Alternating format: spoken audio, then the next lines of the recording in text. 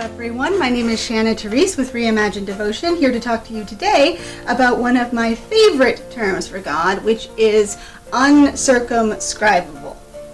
Now, I know it looks like a big, fancy, scary word, but really one of the things I love about this term so much is how simple it actually is once you break it down and understand what it's saying, and how vivid and relatable an image it gives us to something that is really very difficult for us humans to understand. So just think for a moment about the words that we typically use to describe who and what God is. Things like God is eternal, or God is timeless, God is everlasting. Things like this are very difficult for us humans to get our heads around because we are not eternal.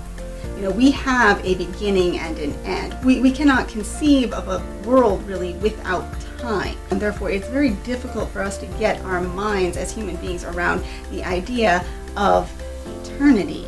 And this is one of the reasons that I find this word uncircumscribable so useful. The word uncircumscribable comes from four Latinate roots, that is words that come from the Latin language, and it can be broken down like this. Circle, or circum here obviously means circle.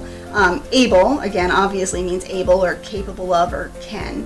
Scribe is pretty much exactly what it is in the English language. It means to write or to draw, basically to make marks. And then un is a negative particle. That's what it's technically called. It means that can't, don't, not know, things like that.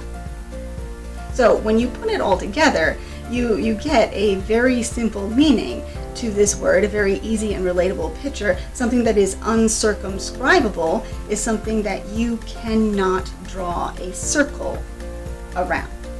So what does this mean when it comes to describing God and how God is different from us?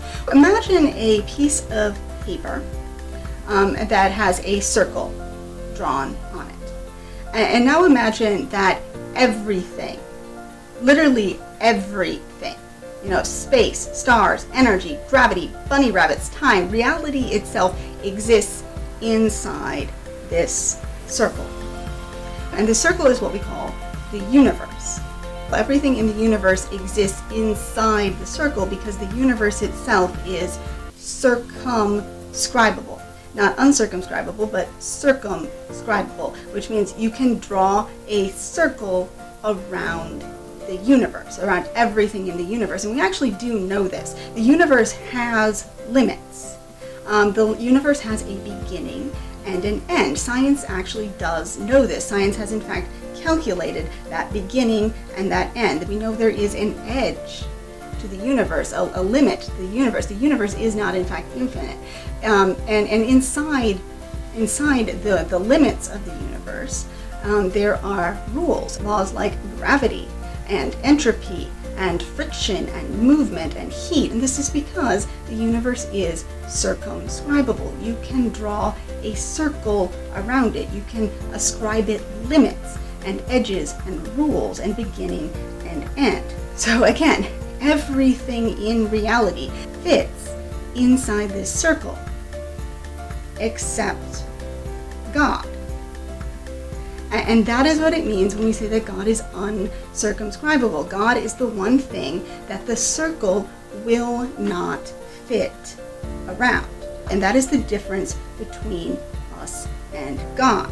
Now, we exist along with the rest of the universe inside a circle, a limit, a barrier. Our existence can only go so far. Our existence has rules and limitations. It has a beginning and it has an end, just like the universe itself will have or has had a beginning and will have an end. But outside the circle, these rules, they just do not apply.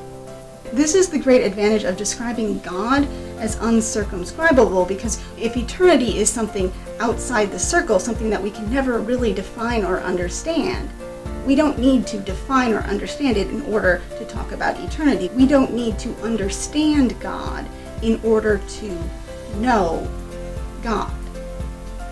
And this is really important because when you think about it, when we do try to describe God with terms like eternal or everlasting.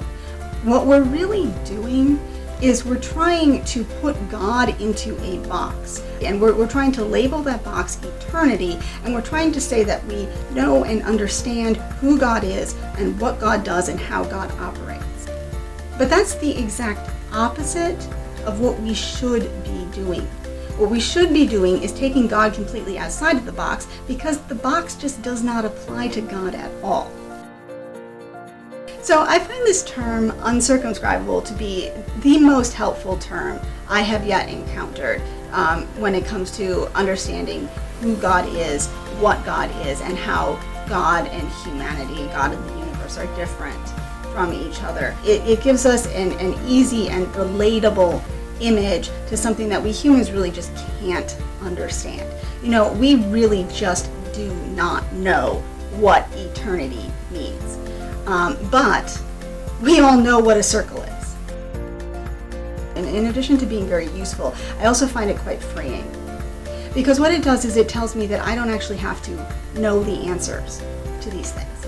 I don't have to know what God is. I don't have to explain and understand how God exists the way God exists. It's freeing to describe God in this way, because it means that even if I never do understand, and in fact I never will understand, but that's okay, because I am not expected to understand things that are just beyond my ability.